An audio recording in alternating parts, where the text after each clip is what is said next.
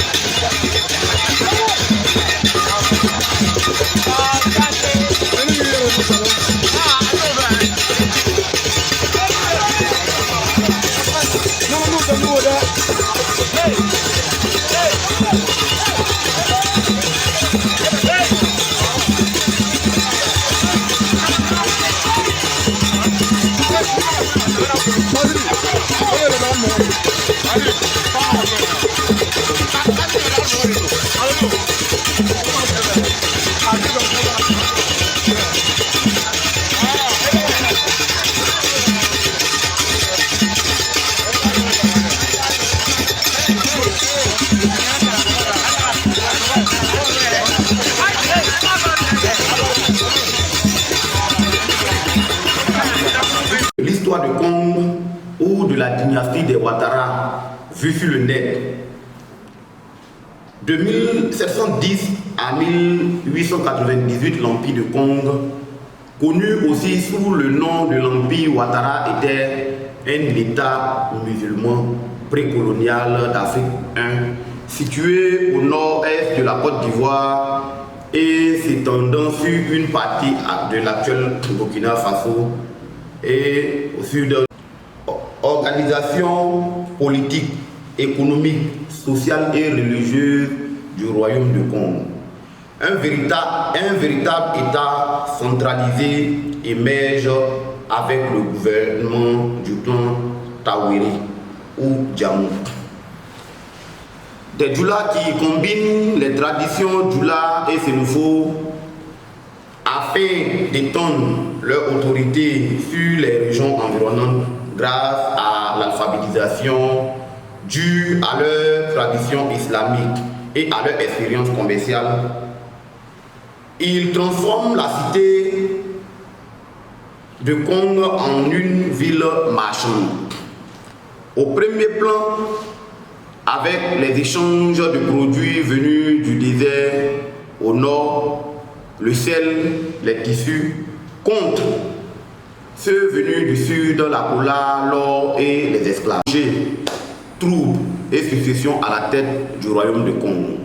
Comme tous les royaumes à cette époque, le royaume de Kong est confronté aux troubles et successions. La prospérité de Kong suscite des convoitises vers 1710. Un guerrier Djoula, connu sous le nom de Sékou Ouattara, envahit la région et conquis la ville avec l'aide de ses cavaliers. Il s'établit comme Fama, qui signifie roi. Il fait de Kong le centre d'un empire avec une influence régionale. Il impose le Djoula comme langue officielle et l'islam comme religion d'État.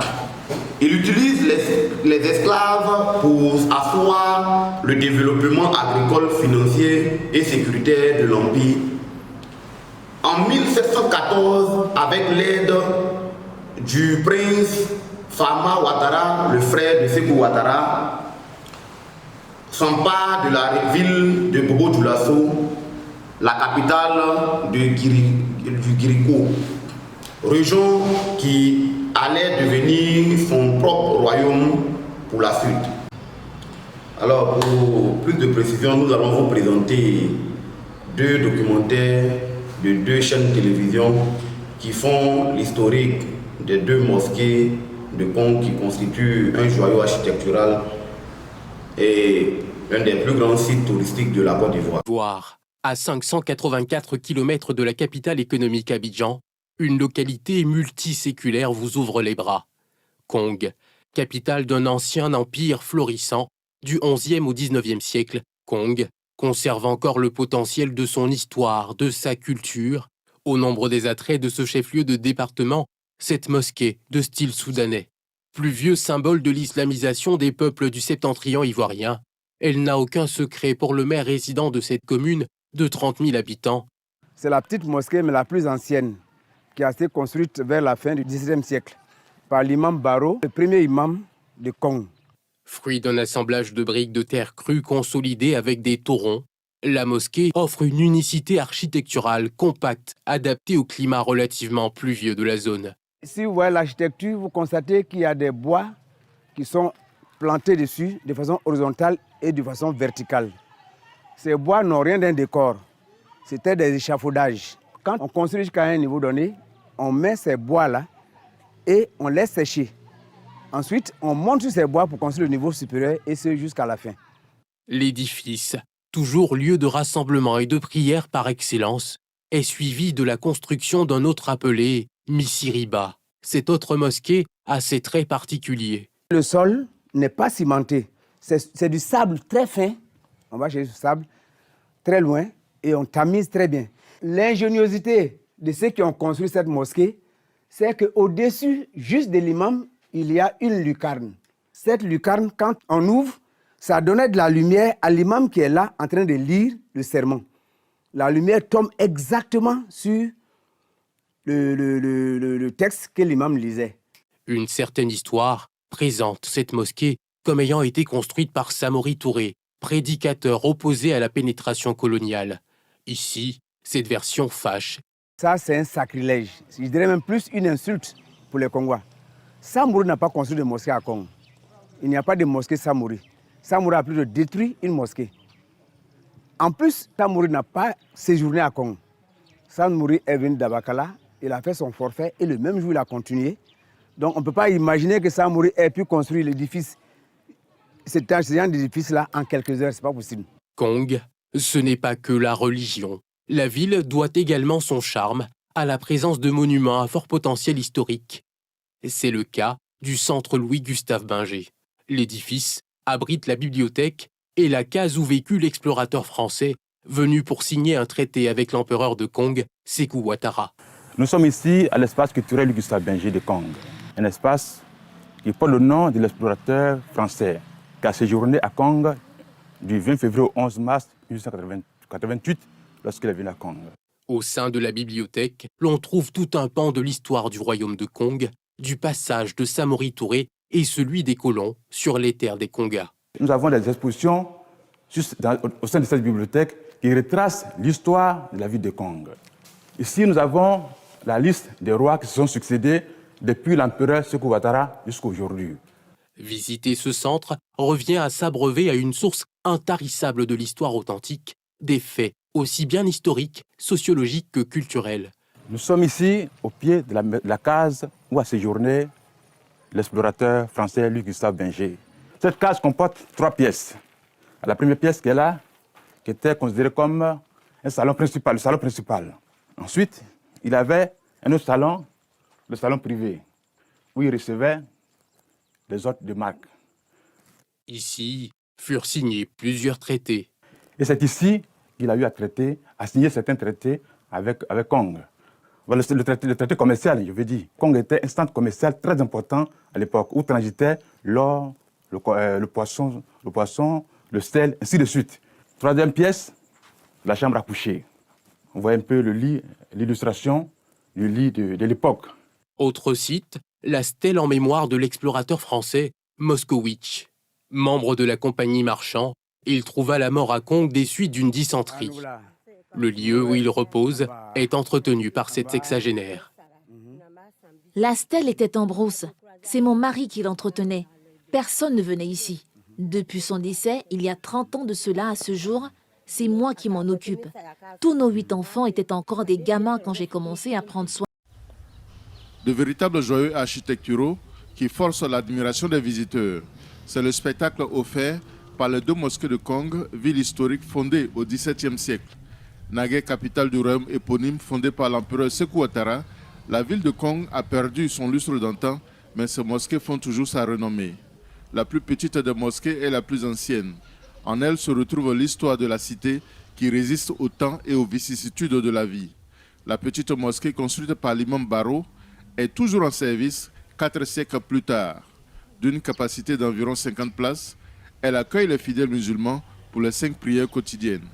C'est la mosquée la plus âgée de toutes les mosquées de Côte d'Ivoire, dans la mesure où nous savons que l'islam a pénétré en Côte d'Ivoire par le nord. Et la seule ville qui était vraiment ville en tant que telle, c'était Kong. Donc c'est ici qu'il y a eu atterrissage de tous ceux qui sont venus islamiser en Côte d'Ivoire.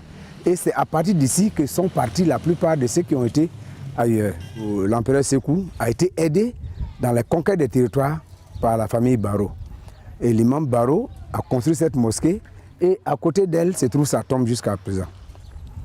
Lorsque vous voyez la mosquée, vous verrez que devant, il y a une clôture qui est un caveau.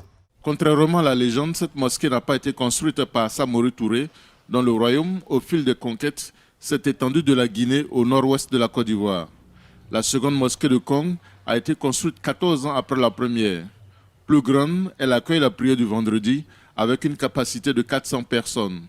En plus de leur caractère historique, les mosquées de Kong sont devenues des attractions touristiques. C'est à l'occasion des Mauloud, la fête qui commémore la célébration de la naissance du prophète. Effectivement, tous ceux qui viennent tiennent absolument à prier dans cette mosquée. Et cela se fait régulièrement. Au-dessus, dans le toit, il y a des lucarnes qui permettent d'éclairer la mosquée, l'intérieur. Et au-dessus de l'imam, parce que le vendredi, l'imam doit lire un sermon.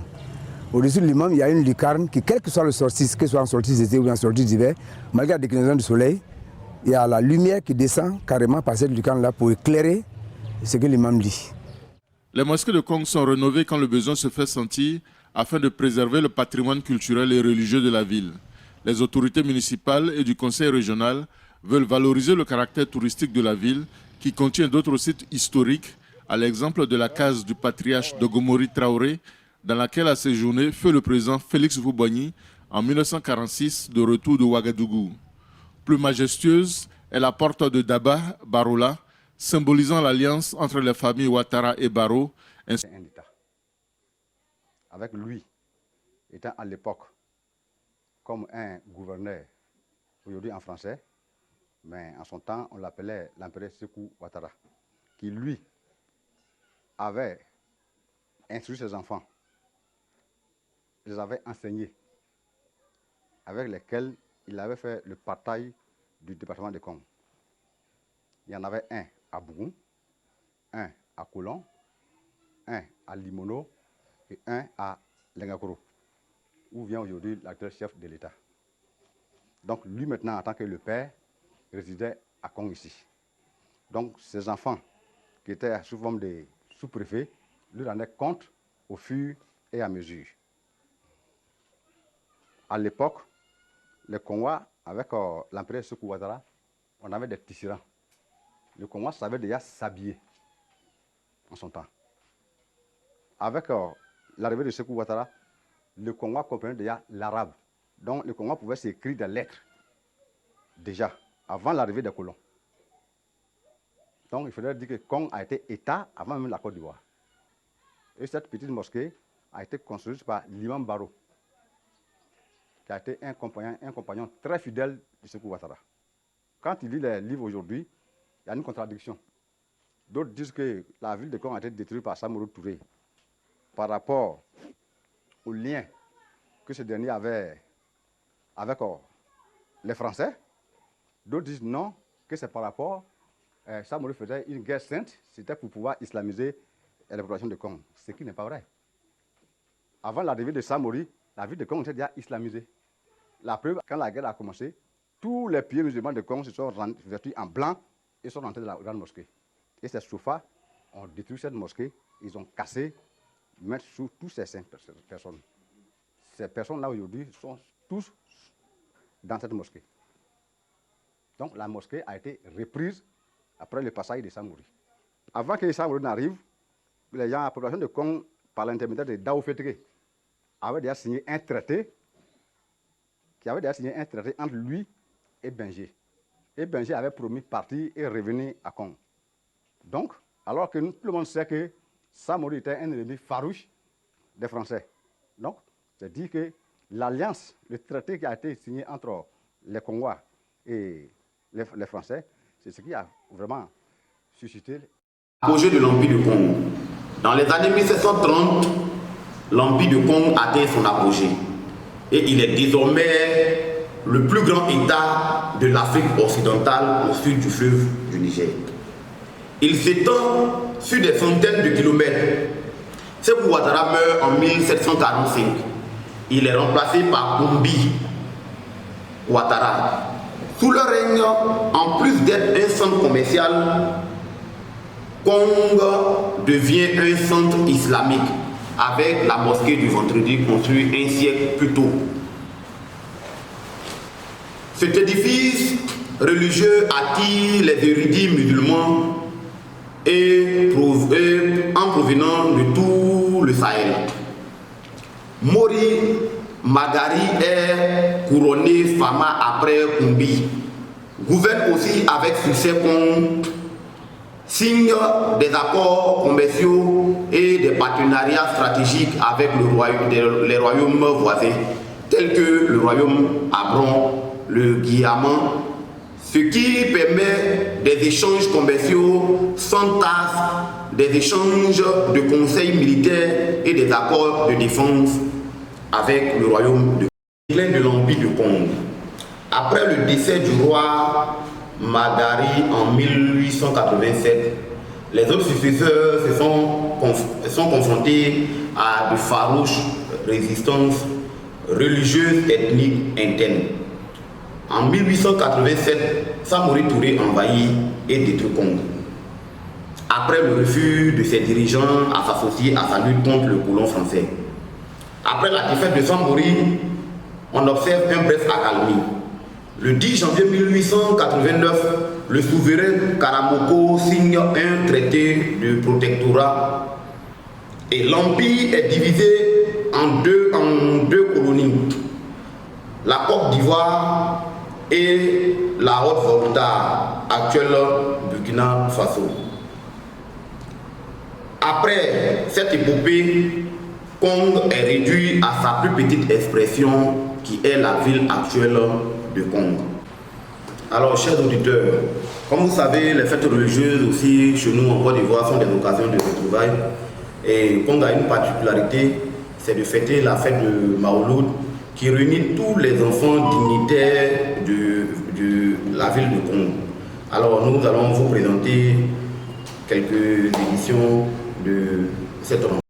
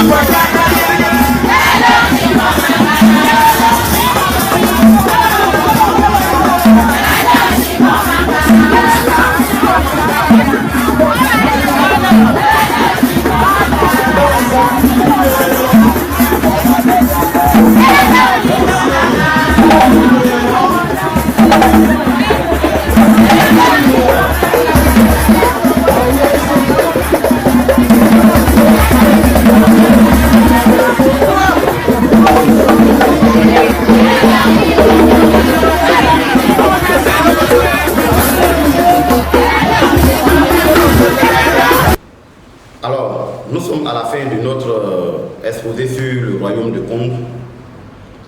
Le RVR et ses membres tiennent à dire un grand merci à tous ces membres de Congo, les cadres, le corps préfectoral, les élus locaux, les chefs traditionnels garants de nos cultures et les chefs religieux. En particulier, son Excellence M. Yacouba Ouattara, président national du RVR, fils de Congo, et de M. Barou Aboubakar, maire résident. Enfin, c'est sur ces mots que nous vous disons au revoir, dans l'optique de se revoir très bientôt avec des émissions sur la région du Tongui et sur le peuple Yacouba. Merci à tous.